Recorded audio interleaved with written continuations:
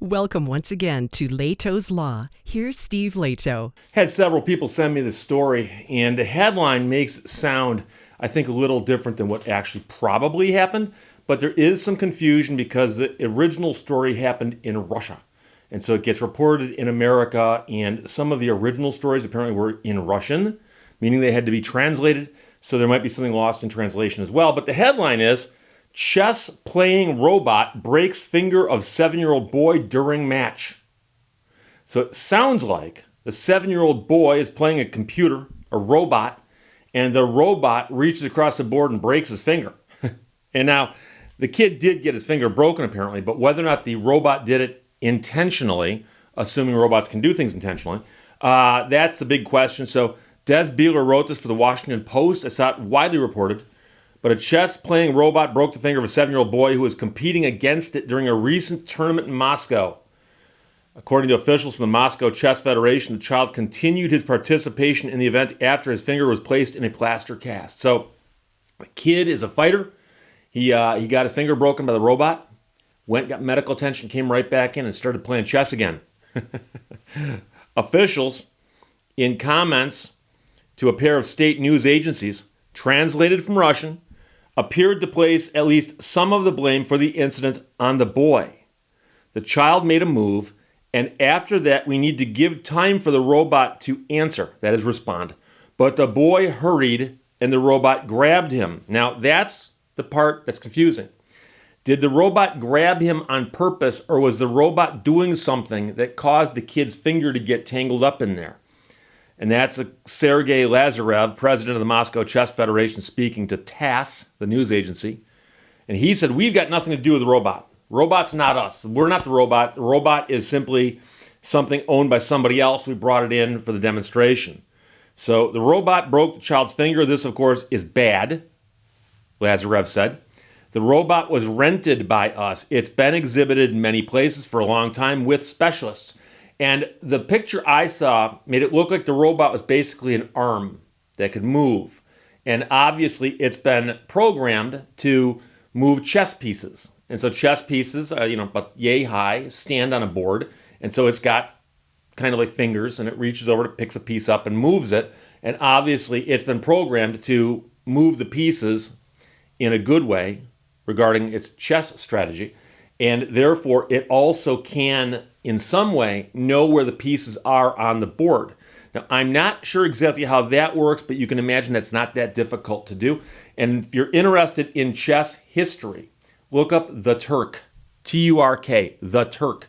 And it was actually a very, very elaborate hoax done a long time ago, where a guy built an automaton. It was a person. It was like a dummy, but it was a person. And he trained it to play chess. And he'd bring out this chess table, and it was a box, but he'd show you the box was empty except for some wheels and things inside of it and gears. And he claimed that you could sit down and play chess against this automaton, and it was so good it would beat people who were talented at chess. And what people didn't figure out till much, much later was that the automaton, of course, was simply just a mannequin dressed to look like a Turk. It's supposed to be kind of exotic and Middle Eastern. And what was really happening was there was a person inside the box who was a really good chess player.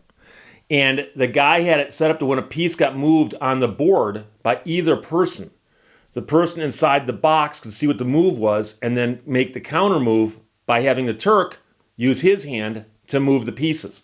And it baffled and amazed people for a long, long time. There's a book written about it, just The Turk. Look it up, T-U-R-K. So chess-playing computers, of course, did come along. I remember buying a chess computer in the 1970s. And it was amazing how once they figured some of this stuff out, how quickly chess computers became extremely good. And so right now you can get shareware, a free program on your phone that at its lowest level is actually pretty good. And so chess is a very amazing game. I love playing chess. And I'm not sure if I've talked about it a whole lot here before, but I'm fascinated by chess. And so, like I said, I think what's going on here is it appeared to me that the robot was simply an arm that would move pieces. And I think they had it set up to where there was several boards. and it would play this and turn over here, play this, turn over here, and it would just do that. And I think it's playing, in essence, like a simultaneous series of games, and one of those games was against a child. So it happens, a coincidence. It is necessary, apparently, to warn the children. Additionally, the Federation vice president told people, it is extremely strange that this happened, but it happened. It happens. Now, another Russian online news outlet reported that the robot grabbed the boy's index finger and squeezed it hard. Tournament staffers rushed over to help extricate him from the robot's grip. At the time, the robot was playing a chess match against 3 children at once. Baza described the victim as one of the 30 strongest chess players in Moscow who's under 9 years old. Child's parents want to contact the prosecutor's office, said Lazarev, who asserted his organization would try to assist the family. So they apparently want charges brought against the chess-playing robot. I suspect they want the charges brought against the people who actually operate the robot. The child's parents want to contact the prosecutor's office. The robot was familiar to chess officials, having been in use, according to officials, for approximately 15 years.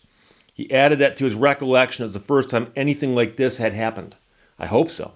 They said there was no talk of banning the robot, but he and Lazarev suggested its operators look into updated safety measures.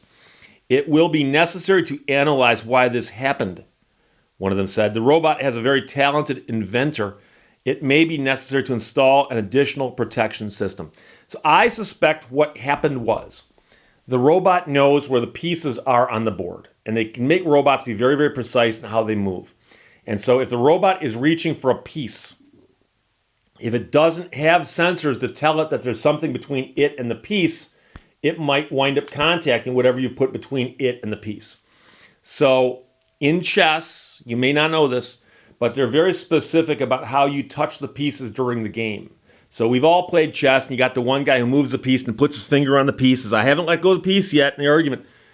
In real tournament chess, if you touch a piece, you move that piece. And so in a tournament setting, a chess robot would normally be safe moving pieces after its opponent has moved, because of the fact that once they move their piece, they got to let go of it and get their hands away from the board, because they're not allowed to touch another piece. They're not allowed to remove the piece they just put down, and they're not allowed to touch their opponent's pieces. So if there's pieces all over the board, and for whatever reason the child had his hand over the board when the chess computer is reaching, the chess robot's reaching for a piece, that could be the problem. Again, I'm not going to blame a 7-year-old kid, because obviously a 7-year-old kid's a 7-year-old kid. And so whoever's teaching these robots, in essence, programming them how to play, you think that they would have something in place to prevent a bad thing like this happening if a kid's got his hand over the board and the robot's about to make a move. So I assume there's got to be some way that they can tell the robot, by the way, be aware of the space directly above the board and there's something in it, stop. We're talking about garage door technology, right? I've got garage door openers, and the doors open and close, and I press a button, and if something's in the way of that beam, the door stops, it goes back up again, won't come down. So you think they could probably set something up like that, but again, I don't know as much about this robot as I know about other robots. Actually, my knowledge of robots is limited pretty much to Lost in Space and Robbie the robot, the other robot, the cool robot. The Lost in Space robot's okay, but Robbie's cooler. But Robbie popped up in a whole bunch of different things. Robbie the robot, you can look that up too. But my 2 favorite robots, in order: number 1, the Turk; number 2, Robbie. In case I needed to spell that out for you. But I think a lot of people see this headline and assume that the chess-playing robots are now going to come and take our jobs. So there you go. Chess-playing robot breaks finger of 7-year-old boy during match. It appears to have just been an accident, and it was the kind of accident that might happen when you have a little kid interacting with a robot that doesn't know when someone's got their hand over the board. So from the Washington Post, this story is: Des Beeler wrote it. Daryl, Adam, and Jason all sent it. Thanks a lot. Questions, comments, put them below. Let's talk to you later. Bye-bye. Thank you for watching Lehto's Law. A committee is a group that keeps minutes and loses hours.